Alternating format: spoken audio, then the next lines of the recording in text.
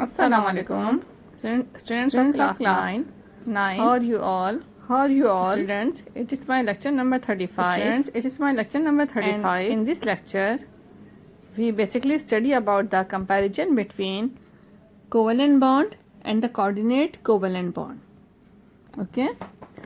You know that we are studying chapter number 5, that is about the chemical bonding.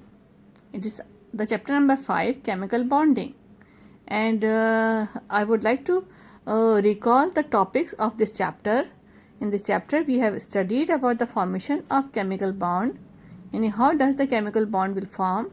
In this topic, we studied about the duplet rule and the octet rule. ठीक है, तो ये सब हमने इसमें बहुत detail में study किया था students.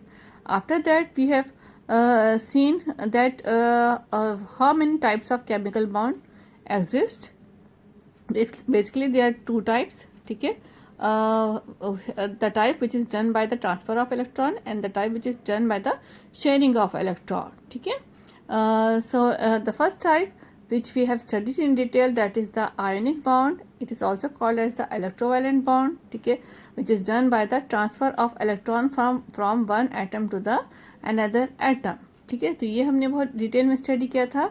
That is the ionic bonding or electrovalent bonding. In this we studied the example of sodium chloride. ठीक है, इसमें सोडियम क्लोराइड की एग्जाम्पल हमने देखी थी. इसके बाद हमने इसका पूरा रिएक्शन, केमिकल रिएक्शन कैसे ट्रांसफ़र होता है, ठीक है, और किस तरह से सोडियम क्लोराइड का कंपाउंड फॉर्म होता है, ये सब स्टडी किया था. After that we studied about the formation of magnesium oxide. ठीक है, which is on the same pattern of the sodium chloride in the ionic bonding. We studied the magnesium oxide. After that, we studied the characteristics of ionic compound. ठीक है, तो characteristics of ionic compound क्या है? 4 characteristics थे, ये हमने बहुत detail में स्टडी किया था. ठीक है, after that we studied about the covalent bonding which is done by the mutual sharing of electrons between two atoms. So we studied about the covalent bonding between two atoms by mutual sharing of electron. In this we studied about the single covalent bonding. तो इसमें आपने example देखी थी hydrogen की, किस तरह से यानी सिंगल कोवेलेंट बॉन्डिंग होती है. 1 पेयर ऑफ इलेक्ट्रॉन रिक्वायर्ड होता है इसके लिए. ठीक है, single covalent bonding. That after that we studied about the double covalent bonding and then single covalent bonding हमने देखी थी. इसके बाद हमने देखा था double covalent bonding. Okay student, in the double covalent bonding we studied the example of oxygen. ठीक है, तो ऑक्सीजन किस पे हमने देखी थी डबल एग्जाम्पल किस तरह से ऑक्सीजन जो है डबल ऑक्सीजन मॉलिक्यूल फॉर्म होता है through the double covalent bonding. Then after that we have studied the triple covalent bonding. ठीक है ना, in the triple covalent bonding you know that we need the 3 pair of electron for the formation of triple covalent bonding. The example we have seen that is the nitrogen. Okay, nitrogen की example हमने इसमें बहुत detail में देखी थी, study किया था किस तरह से ट्रिपल कोवेलेंट बॉन्डिंग इसमें फॉर्मेशन होती है इसकी. Then after that we have studied about the characteristics of covalent compounds. ठीक है, कोवेलेंट कंपाउंड्स की कैरेक्टरिस्टिक्स 4 कैरेक्टरिस्टिक्स जो है ये हमने स्टडी की थी इसमें स्टूडेंट्स. ठीक है, इसका होमवर्क भी मैंने आपको दिया था, याद होगा. Then after that we studied about the electronegativity. ठीक है, electronegativity which is the most important topic. We have studied this topic in the chapter number 4. Then we studied this topic in detail in the chapter number 5. ठीक है, तो इसमें हमने ये बहुत इसका टेबल में मैंने डिस्कस किया था, टेबल बताया था आपको इसके बारे में, तो बहुत डिटेल में हमने इसके बारे में स्टडी किया था. ठीक है, तो होपफुली आप लोग को सारे टॉपिक्स याद होंगे. After that we studied about the ionic character in a covalent bond. ठीक है ना, आयनिक क्या मतलब है, क्या ionic character in covalent bond से क्या मतलब है, ये हमने स्टडी किया था.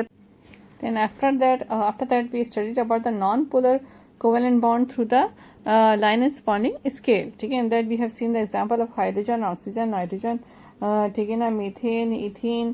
तो ये सब एग्जाम्पल्स हमने देखी थी. ठीक है, then we studied about the polar covalent bond with examples of HCl, ammonia, water,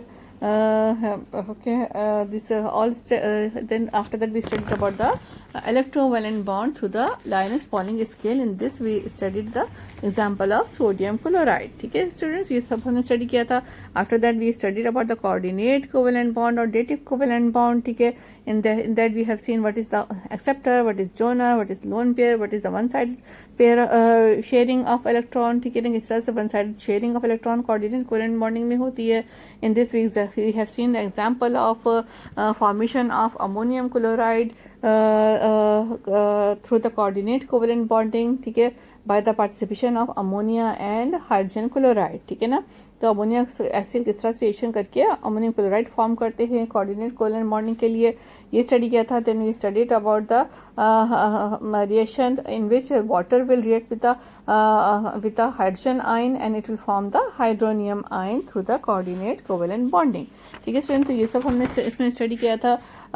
ठीक है, ये सारे टॉपिक्स मैं इसलिए रिपीट कर रही हूँ स्टूडेंट क्योंकि आज इस सिलसिले का लास्ट टॉपिक हम स्टडी करने वाले हैं. That is the comparison between the covalent bond and the coordinate covalent bond. ठीक है, तो ये जो है आज इस यानी ionic bonding, covalent bonding, coordinate covalent bonding जो हमने स्टडी की है इस सिलसिले का ये लास्ट टॉपिक है जो कि कंपैरिजन है between the covalent and coordinate covalent bond. तो इसको आज हम स्टडी करेंगे और फिर ये वाले बॉन्डिंग्स का टॉपिक हमारा खत्म हो जाएगा. ठीक है, now we start through the covalent bonding. The covalent bond is formed by the mutual sharing of electron between atoms. You know that the covalent bond जो है वो दो एटम्स के बीच में म्यूचुअल शेयरिंग से कोवलेंट बॉन्डिंग होती है. यानी दो एटम होंगे वो बराबर बराबर इलेक्ट्रॉन्स की शेयरिंग करेंगे जिससे कोवलेंट बॉन्डिंग जो है वो प्रोसीड होगी. ओके स्टूडेंट्स, यानी म्यूचुअल शेयरिंग ऑफ इलेक्ट्रॉन्स इसमें प्रोसीड होकर दो एटम्स के बीच में इक्वल शेयरिंग ऑफ इलेक्ट्रॉन्स होगी. तो ये कोवलेंट बॉन्डिंग है. Now let's look at towards the coordinate covalent bond. It takes place, it is formed by one sided sharing of electron. यानी दो एटम्स के बीच में कोई एक एटम जो है वो अपने दो इलेक्ट्रॉन को दूसरे एटम को शेयर करवाएगा. ठीक है, one pair of electron share करवाएगा. तो ये जो है कोऑर्डिनेट कोवलेंट बॉन्डिंग होगी.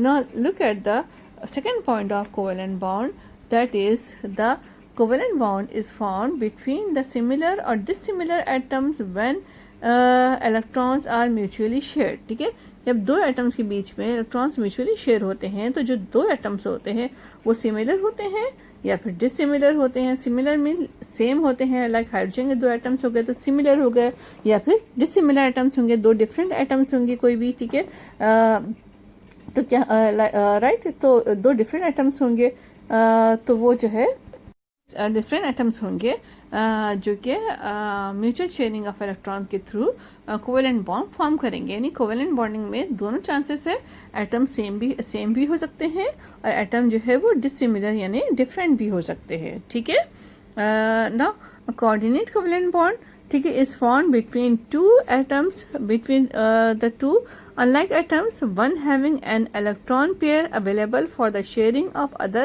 must the other atom must accept that electron pair. ठीक है, यानी क्या है कि कोऑर्डिनेट कोवलेंट बॉन्ड हमेशा दो अनलाइक एटम के बीच में होता है. अनलाइक मीन्स डिसिमिलर, डिफरेंट, यानी सेम एटम्स नहीं पार्टिसिपेट करते इसमें. दो डिफरेंट एटम्स जो है कोऑर्डिनेट कोवलेंट बॉन्डिंग के लिए ज़रूरी है जो कि one sided sharing of electron करवाएंगे. यानी और जो है इसमें दूसरी कंडीशन ये है कि जो दूसरा एटम होगा उसमें इसमें एबिलिटी होनी चाहिए कि वो उस इलेक्ट्रॉन पेयर को एक्सेप्ट भी कर सके. तो इस तरह से कोऑर्डिनेट कोवलेंट बॉन्डिंग होगी.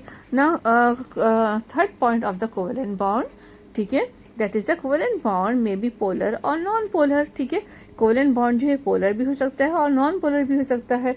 यानी कोवलेंट बॉन्ड डिफरेंट एटम से भी मिलकर बना हो सकता है और सेम एटम से मिलकर भी बना हो सकता है. ठीक है, तो ये क्या होगा, ये कोवलेंट बॉन्ड होगा जिसमें सेम एटम भी जो पोलर भी हो सकता है, नॉन पोलर भी, यानी सेम डिफरेंट एटम से भी मिलकर बन सकता है और सेम एटम से मिलकर भी बन सकता है. That will be the covalent bond. ठीक है, अच्छा अब चलते हैं कोऑर्डिनेट कोवलेंट बॉन्ड के थर्ड पॉइंट की तरफ. The third point is that coordinate covalent bond is always polar because it is not found between like atoms and is also known as co-ionic. ठीक है, तो क्या होता है, कोऑर्डिनेट कोवेलेंट बॉन्ड हमेशा डिफरेंट एटम के बीच में बनता है, सेम एटम के बीच में नहीं बनता, लाइक एटम के बीच में नहीं बनता, ये डिफरेंट एटम के बीच में बनता है, इसलिए हमेशा पोलर होता है, इसमें नॉन पोलर होने का कोई चांस नहीं, इसलिए हमेशा पोलर होता है, इसलिए इसमें जो है कोआयनिक कैरेक्टर भी होता है, यानी पॉजिटिव और नेगेटिव पार्शियल चार्जेस अपीयर हो सकते हैं. Okay, now let's move towards the fourth point of the covalent bond. Covalent bond is associated with only covalent character because there is no electron transfer. ठीक है, covalent bond में कोई electron transfer नहीं होता है, इसमें म्यूचुअल शेयरिंग होती है, इसलिए इसमें सिर्फ कोवेलेंट कैरेक्टर ही अपेयर होता है, कोवेलेंट कैरेक्टर ही नजर आता है हमें, कोई इसमें कोआयनिक कैरेक्टर नहीं होता है, यानी किसी किस्म का आयनिक कैरेक्टर या चार्जेस का कैरेक्टर नहीं होता, क्योंकि ये इसमें सिर्फ प्योर म्यूचुअल शेयरिंग होती है. ठीक है, अब चलते हैं कोऑर्डिनेट कोवेलेंट बॉन्ड के फोर्थ पॉइंट की तरफ. इसके according coordinate covalent bond is associated with the ionic and covalent character because of partial transfer of electron. देखिए, इसमें जो है कोऑर्डिनेट कोवेलेंट बॉन्ड में शेयरिंग तो होती है, ठीक है, इलेक्ट्रॉन पेयर की शेयरिंग तो होती है, लेकिन क्या है, वन साइडेड शेयरिंग है, यानी एक जो है एटम वो अपने दोनों इलेक्ट्रॉन को दूसरे एटम को शेयर करवा रहा है, तो एक तरह से ये शेयरिंग भी है और ट्रांसफर भी कह सकते हैं इसे आप. ठीक है, इसलिए इसमें जो है इस कोऑर्डिनेट कोवेलेंट बॉन्डिंग में हमें जो है ये आयनिक कैरेक्टर भी नज़र आता है. ठीक है, पार्शियल ट्रांसफर ऑफ इलेक्ट्रॉन भी ये हमें नज़र आता है, यानी जो दो इलेक्ट्रॉन्स है वो एक एटम से दूसरा एटम शेयर कर रहा है, लेकिन इस तरह से ये एक तरह से आप कह सकते हैं कि पार्शियल ट्रांसफर ऑफ इलेक्ट्रॉन भी है, क्योंकि एक एटम से इलेक्ट्रॉन निकल के दूसरे एटम में जा रहे हैं, तो ये एक तरह से पार्शियल ट्रांसफर ऑफ इलेक्ट्रॉन भी है, जिसकी वजह से इसमें को आयोनिक कैरेक्टर भी नजर आता है. ठीक है, तो ये है आपके पास coordinate covalent bond. It is associated with the ionic covalent character. ठीक है, because partial transfer of electron. Okay students, now let's move towards the fifth point of the covalent bond, the shared pair of electrons. ठीक है, the shared pair of electrons in covalent bond are denoted by short lines, e.g. for single pair one single line, for double pair double line, and for triple pair of electron triple line. ठीक है, नहीं इसमें आपको पता है कि covalent bond जो हम single line, single covalent bond, double covalent bond, triple covalent bond हमने स्टडी किए हैं ना, तो single covalent bond single line से शो करते हैं, double covalent bond double line से, और triple covalent bond triple line से शो करते हैं. इसका मतलब ये है कि इसमें ये पेयर ऑफ इलेक्ट्रॉन को शो करता है. ठीक है, तो इसे सिंगल डबल ट्रिपल को हम लाइन से शो करते हैं. इसके वर्सेस अगर हम देखें तो कोऑर्डिनेट कोवेलेंट बॉन्ड में the shared pair of electron in coordinate covalent bond is denoted by an arrow. देखिए, आप एक एरो से शो करते हैं इसको कोऑर्डिनेट कोवेलेंट बॉन्ड. ठीक है, हमें पता है कि एरो की जो डायरेक्शन होती है वो डोनर टू एक्सेप्टर होती है, यानी डोनर से एक्सेप्टर की तरफ जो है इसका हेड होता है, इसका डायरेक्शन होती है, तो इसको हम इस तरह से एरो से शो करते हैं. Now let's see towards the last point of the covalent compound, that is the covalent compounds usually insoluble in water. क्या होते हैं, कोवेलेंट के जो कंपाउंड्स होते हैं वो वाटर में इनसॉल्युबल होते हैं. क्या है, आमतौर पे इनसॉल्युबल होते हैं.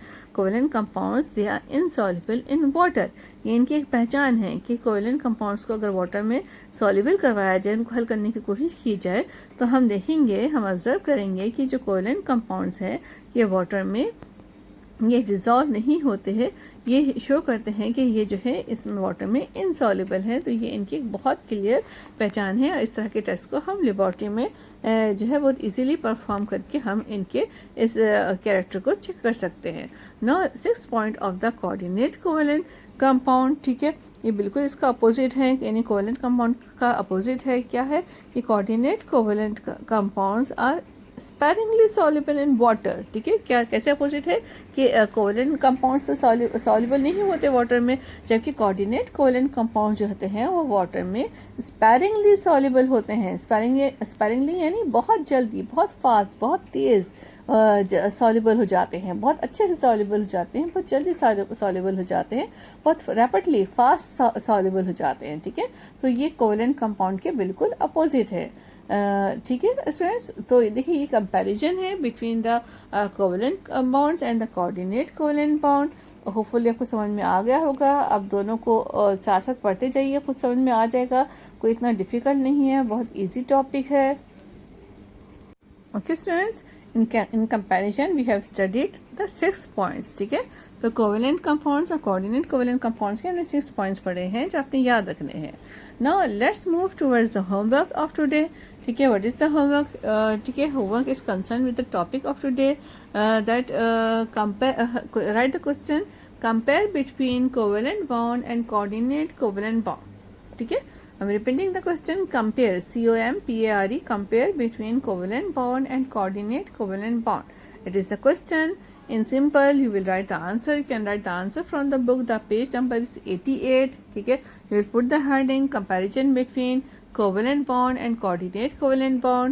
और बुक में 6 पॉइंट्स दिए हुए हैं, इस तरह से आप 6 पॉइंट जो है इसको लिख लें, ठीक है, इजी है।